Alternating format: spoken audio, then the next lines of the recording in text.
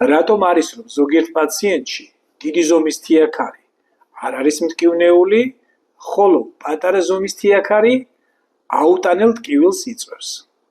ამას აქვს რამოდენიმე მიზეზი. მიზეზი პირველი.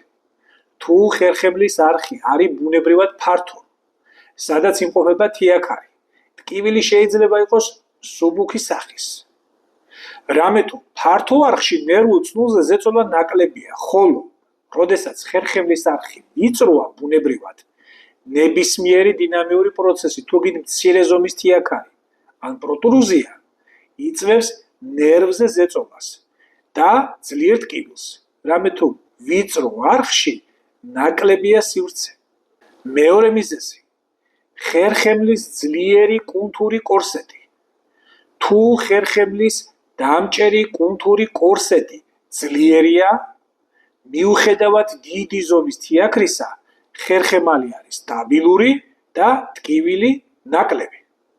ხოლო მცირე ზომის დისტროფირებული კუნთოვანი კორსეტი ვერ უზრუნველყოფს ხერხემალის სტაბილიზაციას და ამიტომაც ნებისმიერი ზომის თიაქარი პაციენტისთვის არის ძალიან მტკივნეული.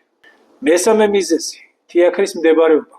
თუ თიაქარი ახლოსაა ხერხემლის არხიდან გამომავალ ნერვულ ფესვთან და რაც არ უნდა პატარა ზომის იყოს თიაქარი, ტკივილი იქნება ძლიერი ნერვთან კონტაქტის გამო.